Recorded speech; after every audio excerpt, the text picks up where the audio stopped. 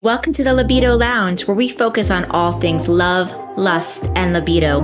We believe that fabulous sex is important to health as exercise and good food. Hey, everybody. Welcome back to another episode on The Lounge. I'm your host, Dr. Diane, and I'm super excited about this whole summer. So remember, you guys, we are in sexy season this summer. So just keep looking out for all the fun bonuses we have for you guys. Make sure you go take our libido quiz and make sure when you're done with this amazing episode that I'm so excited about, I'm going to introduce you to sex therapist Heather Shannon. And I am so excited about this conversation, you guys. I met Heather on a intimacy summit. We were co-speakers on that summit, and I was very, very impressed with Heather's background around the emotional component around sexuality, how we compartmentalize emotions, how this is related to libido, and so much more. So we're going to talk about some really cool topics. And remember to download this, to share this, to make sure you spread the word about this episode, because the episode that has the most downloads and shares and likes and all those great things, we're going to invite that person back for a deep dive at the end of the year so we can go much deeper into your favorite topics. So make sure you share it, all those things. And welcome. I'm so happy about our conversation. Thanks for being here, Heather.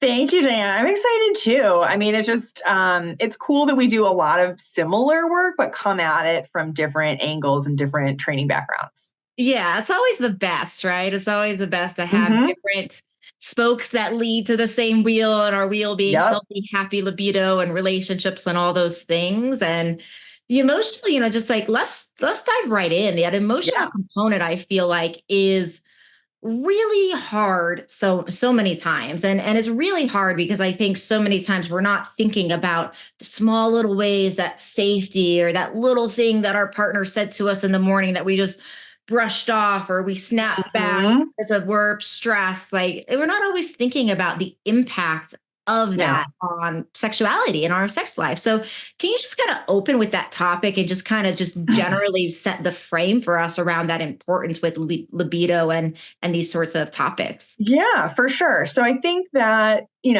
sexual energy is life force energy. And, it's not an accident that when we're kind of like dimming our emotions, such as in depression, one of the symptoms is low libido. And so when we try to compartmentalize or kind of downplay a certain emotion or just exile it, I do internal family systems therapy. So we talk about exiled parts where it's like this emotion is not okay. And let's just banish this one. It creates like a dimming of our life force energy because our emotions are such a huge part of that. And that's not usually the intention, but it's like when we kind of shut down enough, it's going to affect our sex life. And then we're like, what happened? I mean, people are often confused. We don't put it together. And it wasn't part of my sex therapy training. It was more something like through working with people, I was like, oh gosh, this is a pattern. Like lots of people are doing this sort of avoiding of emotions and holding it in and not communicating it. And it's killing their sex life. Yeah. And I think about that, and I think like both things that happen from truly like a sex standpoint, meaning like, oh, maybe a partner sends us a flirtatious text and we don't say anything back. Right. So there's like that thing around like coming on to me, and all of a sudden I don't reciprocate. And then that other person feels hurt. So I think there's that aspect. And then there's like all the non-sex related aspects. Right. So it's like, oh, wow, you snapped at me and like, I'm going to just pretend like it's not a big deal. And it's not, those kind of things. So do you find then in this conversation, like where do we start? How do we start identifying like when we're dimming the emotions? Where is that starting point? It probably could be anywhere. Yeah. Just to give you a really clear answer. But I think what I see is like couples will come to me and it's like, there's just been a pattern, I would say, of the emotional intimacy shutting down and just living kind of separate lives under the same roof. And so that can start really small, kind of like you said, your partner makes what the Gottman Relationship Institute would call a bid for attention. and there's a lot of research on this like bid for attention thing. And it could be tiny. It could be like, oh my God, look at the bird out the window. It could be, and your partner either ignores you, like the example you gave. It's like someone's trying to flirt and someone's just like, I am uncomfortable, or I'm at work, or you're always after me this way. And I don't, whatever it is. And when you're not connecting in those small ways, that starts to erode the relationship as a whole. So it can start very small. And I think also when our partner doesn't respond, we might not feel as safe opening up. Or if our partner was judgmental once in a way that really hurt us and we never addressed it and resolved it and they don't get it, then we just shut it down. Then it's like, well, okay, I'm just not going to talk to you about this because you're always judging me as a parent, or you're always judging me for, not speaking up at work or whatever. And so then it's like, okay, we're just starting to eliminate topic after topic. And now we're just like functioning. Yeah. Now we're talking Barely. about how is the weather, right? So now we're having a super superficial kind of conversation. And then also, so when we're talking about like this dimming concept, I want to go a little bit further because I think this is super important.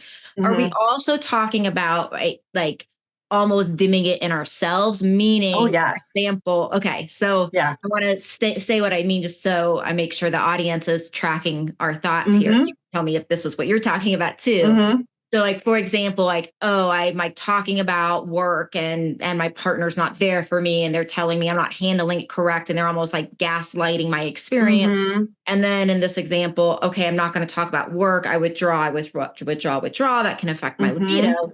But is there also that point where we begin is like some of the dimming, almost like that self-shaming around, oh, I should never talk about this again. Right. So is there a secondary layer of emotion there? Yeah, it works both ways. It's kind of your own internal experience of your emotions, and it's also your partner's, and it's kind of the same dynamic, just like one is internal and one is external. So it could be your partner kind of shaming you or judging you or gaslighting you, and it could be a part of yourself. Yes, doing that gaslight ourselves. Absolutely, where it's like, oh, I shouldn't feel this way, or I shouldn't be so needy, or I shouldn't, maybe it's like I'm too old to be sexual, or I'm past childbearing years, or I had a hysterectomy and I feel like less of a woman now, or whatever the messaging is. And sometimes we don't even know, like I'm pretty unconscious until we like go in there and start poking around a little bit. Yeah, I think that's really that knowing, and it's such a huge thing. I think that's why it's important we have these conversations, because I imagine there's a lot of aha moments happening for people, because it is so, these things, I think they start so small and they can eat away. And it's like, well, it's not that big. We gaslight ourselves being like, all right, it's not that big of a deal that we're not on the same page with this. I'm just not going to bring this up. Which, if that was in isolation and it was the one and only thing, then probably not a huge deal, right? Agreed. But it's like it's like that just leads to that compounding of so many things, and it just almost starts becoming this new habit. Right. So what I hear and what you're saying is like, okay, the first step then is becoming aware of the internal dialogue and the interrelational dialogue, correct? Yes. Absolutely. Okay. And so from there, like, where do people even go from there? Like, how do we begin to say, okay, we're going to break this habit and get back our connection, get back our libido, get back our confidence, all of those sorts of things? Where do we go from there? I think usually starting with yourself is the right place to start. Yeah. But I mean, that also can happen if you have a partner who's like, hey, I want to address this dynamic too. I'm willing to kind of look within myself also and see how I'm contributing to this. Awesome. Those can be things that are happening at the same time. But if you have a partner that's just, hey, this is a you issue, or, I don't feel like I'm doing anything wrong, you can still look at this on your end. And so part of it, I'll explain internal family systems a little bit, because that is a big piece of it. So we have our self energy, which is the essence of who we are, and it's unaffected by trauma, and it's like this infinite, spacious energy, and it's amazing, and it feels great. And then we have our parts, and our parts are like our defense mechanisms or our protective mechanisms. And so they mean well. They're only trying to like look out for our best interests, but it could be kind of wreaking havoc. So we have some proactive ones that might be like, I'm going to make a therapy appointment, right? Or I'm going to go see Dr. Diane, or, that are like, let's do proactive, healthy things. And then we also have firefighter parts that are more reactive. And they're like, I need another glass of wine, or like, I'm going to avoid compartmentalize, or I'm going to bury my head in the sand on this one. And both the manager parts that are proactive and the firefighter parts that are reactive are trying to protect the exiled parts. And the exiled parts are the same for all humans, which is really fascinating.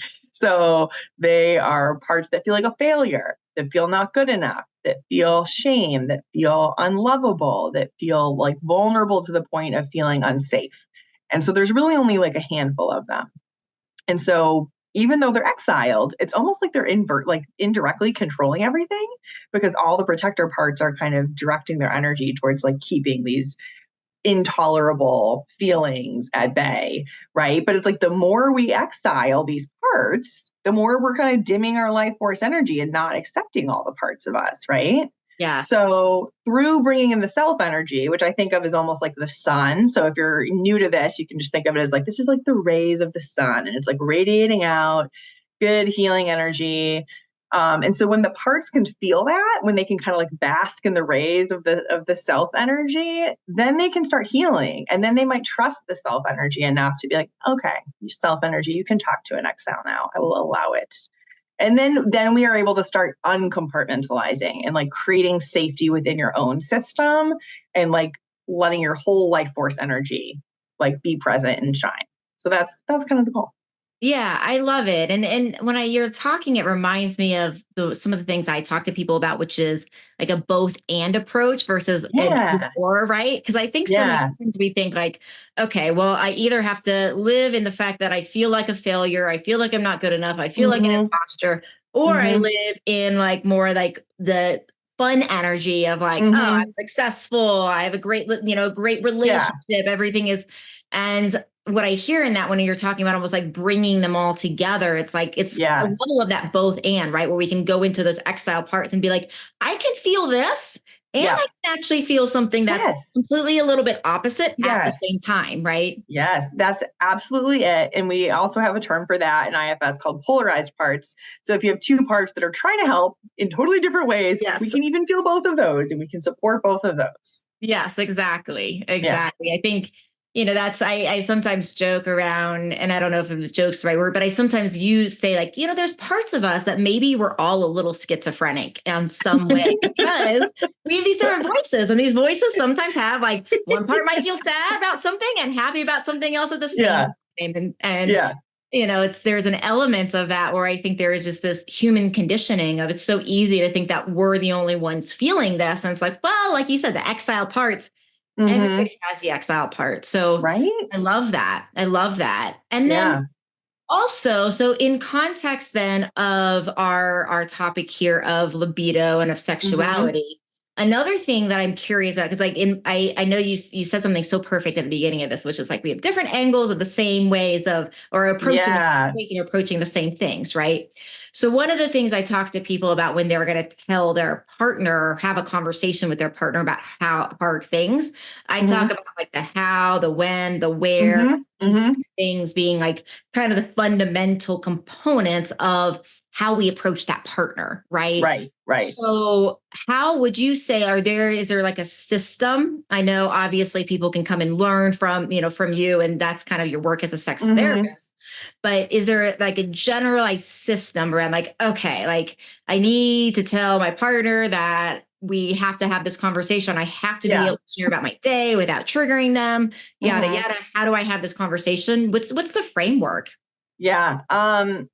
I do have several suggestions. The first one is internal. So what I find so interesting is like the buildup in our head is probably like our worst enemy with having these conversations, because my clients will be like, well, I just, I wish I could tell him that, my needs aren't being met, or just the way he initiates, if you could just do this or that, but like, I don't know how to say it. And I'm like, you just the way you just said it to me was perfect. So I think that there's a different framework. It's like they feel safe saying it to me. They feel relaxed saying it to me. There's not sort of so much at stake. And so I think when they're able to kind of like lower the stakes mentally and kind of be like, this could be a short conversation.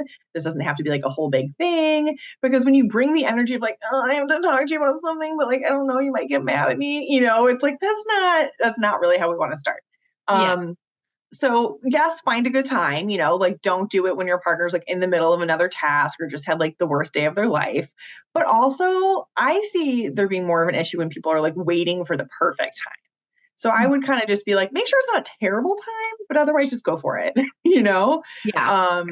And then I also encourage people to do a couple of things. So um, create like a safe container. So if this is a new type of conversation, just to kind of be like, hey, I'm going to share a sexual fantasy with you, or I want to talk about like how can we initiate in a way that's like super sexy. So you can say, can we create a judgment-free zone, or like even if you're not into something I say, can you just agree not to like tell me I'm a weirdo or something.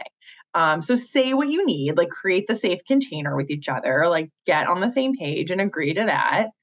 And then I think starting by saying your positive intention. So this is something that the Gottman Institute calls the softened startup. And the research says that it eliminates 90% of escalating fights. Like if you learn one thing, learn the one that's going to eliminate 90% of fights. And so this is what I emphasize a lot with my clients. And it's real basic. It's like, don't come in hot, right? Like don't come in being like, you never touch me the way I want you to. And, I just wish that you would like listen once in a while. No, that's not how we're starting. But if it's like, hey, I want us to feel like we can talk openly about things because I think that's going to help create some intimacy, or I love that you are such a great listener, or once we're into sex, I feel so great to have such a great time. And I would like to be able to like get in the mood more and talk about like how do we do like mental foreplay. So it's kind of like bringing in a compliment, stating a positive intention, letting the person know like, hey, this is coming from a positive place, and it is, right? So even though there might be an angry protector part, or there might be a scared protector part, that's where kind of doing some of that self work first helps. So it's like, let's manage our own emotions first and then be able to come in with more of our self energy, more of that confidence and connectedness. Yeah, the manage your self energy, I hear so much because I think that's such a big thing, right? It's like if we're coming in hot and like we might Yeah. feel hot. So basically, it's what I hear in that advice is like take care of yourself first. If you're Yeah. feeling like so emotionally charged, see what you can Right. do to burn through that emotion to keep the Yeah, feeling, but exactly. so you can come in, with still the same intention, but Right. actually have it well received. Yeah, Right? exactly. Because I mean, the energy, I'm big on energy, and I'm guessing Yeah. you probably are too. Yeah. It's Correct. like that energy can be felt, even if you're kind of like saying the right words, quote unquote. It's like if you're feeling uncomfortable, that is going to come through. And I would also say, like, remember this person really likes you. you Yes. know, like you were the person they picked to, be with. So Yeah, I definitely. think that's a really important reminder. What other things, as far as any other, say, patterns? Like, are there other Hmm. patterns that you see show up a lot from an emotional standpoint when people are experiencing Yeah. any sort of low libido or other sexual dysfunction? Yeah, so some of this is what I talk about in my intimacy audit, which I will share with your audience, is what are some of the common patterns. A lot of times people come to me and they think it's just like, oh, look, libido, libido, libido. And yes, sometimes it is libido, Yes. a lot of times, which is its own complex thing. And sometimes it's self-censorship. Sometimes it's like the sexual thoughts are there, but they're just like not exiting your mouth. Yes. Like they're not coming out. They're staying in there. And then sometimes it's like, okay, the sexual thoughts are there and maybe they're even coming out, but you're just kind of getting your wires crossed, like I've had clients that kind of come in and they say, well, I'm attracted to my spouse. And they say they're attracted to me. But we're like not really having sex. I was like, oh, that's so interesting. People are just so fascinating, right? Yeah, I really love humans. And so it's like, okay, what is the disconnect, and it could be anything from, you know, religious upbringing or conservative upbringing, where it's like, oh, I'm not supposed to do that, to, the patriarchy and gender conditioning, where it's like, I'm the woman, a guy's supposed to come to me. Or it could be like, maybe you're into other women and you're like, I don't know how to approach because I've been conditioned that a guy's supposed to come to me. There's no guy here, and I have to overcome that. Yeah. So, I think all of us have some things that we probably need to like overcome when it comes to creating the sex life that we really want. But it's doable, and that's where having a coach, having a therapist, having a good friend you could talk to, having a support group, it's like find somewhere where you can get rid of any kind of shame or stigma or beliefs that are no longer serving you, because those things do tend to exist in the shadows, right? And when we shine some light on it and we realize we can be accepted just as we are, and when we can do some of that internal family systems, shadow work and unexiling the exiles, like that's how we get to a place of feeling really confident and whole in our sex lives. I'm going to take us a different direction because you're making me Please. think of something that came up in a conversation with a friend recently, which is it comes up here and there around like just like sex education, because I feel like when Oh you're my talking gosh. about shadow, right? It's like, to me, it's like so much of shadow. Of course, we get an adult, but so much of that comes in childhood. And it's like these things Absolutely. that are said to us and the way certain things are defined. And Yep. in childhood, like, sex education was basically purely about procreation. And that was all that was really taught. And there's so much stigma, and there is still so much stigma too. I think, still these days, I think a little bit more historically, but still these days around a woman and a woman being promiscuous has a different sort of social connotation than a man Right. being promiscuous. And it's like, so Right. women are not supposed to explore in the same way. And Right. there's all these ways that we are just taught that are encoded into us as Yeah. that shadow. So Yeah. what do you think the solution is? Like, what do you think, do you think we should be talking more in like, grade school, high school, like around, I mean, hey, this is please. truly right. Do I think that's going to happen anytime soon? Right. No. I hope eventually we will get there. I mean, I partially think it's people like you and me doing it more like privately in our own businesses and like putting Yeah. content out there on Instagram and YouTube. And, it's better than people just like trying to learn from porn or their friends, 100%. Yeah. But it's a tough political landscape. And, when I'm talking about these shadow parts, like a lot of this does come from the culture. So it's like a cultural exile. So it's like we have our own internal system, but there's also parts of the culture and exiled aspects culturally. So I think that's important to realize too. It's like, if you're dealing with some of this, you didn't go create this in a vacuum. Like, it's not like, oh, you're only to blame. It's like you grew up in a context where my sex education was like, be afraid, be very afraid. You will get pregnant and you will ruin your life and you'll be slut shamed and, you're going to get diseases and you're going to get HIV and you're going to die. And it's just like, there was no like, oh, here's all the health benefits of sex, or here's all the health benefits of orgasm. Here's even what an orgasm is. Here's what a clitoris is. This is part of your body. You should probably know about it. Yes. No, none of that. Right. Yes. And so it's like, that's the stuff where like people need to, podcasts honestly are the best place to be because it's the only place we're not censored. So people like you and me can share on our podcast about like actually what is helpful to talk about. Yes. Whereas like, I can't say this stuff on Instagram. So I think podcasts are the place to be, in books, and get on people's email list, because they can't really say what they want to say in social media. Yeah. Yeah. Well, I think that's a perfect wrap up and lead in. I know you and I could talk all day. So, so everybody make sure to, to download and support Heather's podcast so we can have her be the winner and have her back. I want to make sure that we have a moment to tell people how to get a hold of you and about your intimacy audits. And can you just tell us about all those things? Yeah, absolutely. So you can check out my intimacy audit. It is all about helping you figure out what patterns apply to you. So when it comes to your sex life, if you're like, hey, we're not having sex, I don't know what's going on, I don't know how to fix it, which, by the way, I've been there before I was a sex therapist, and I wish I knew what I know now. It's going to help you figure that out. So we have a checklist that will kind of help you pinpoint. Is it libido? Is it problems initiating and crossed wires? Is it self-censorship?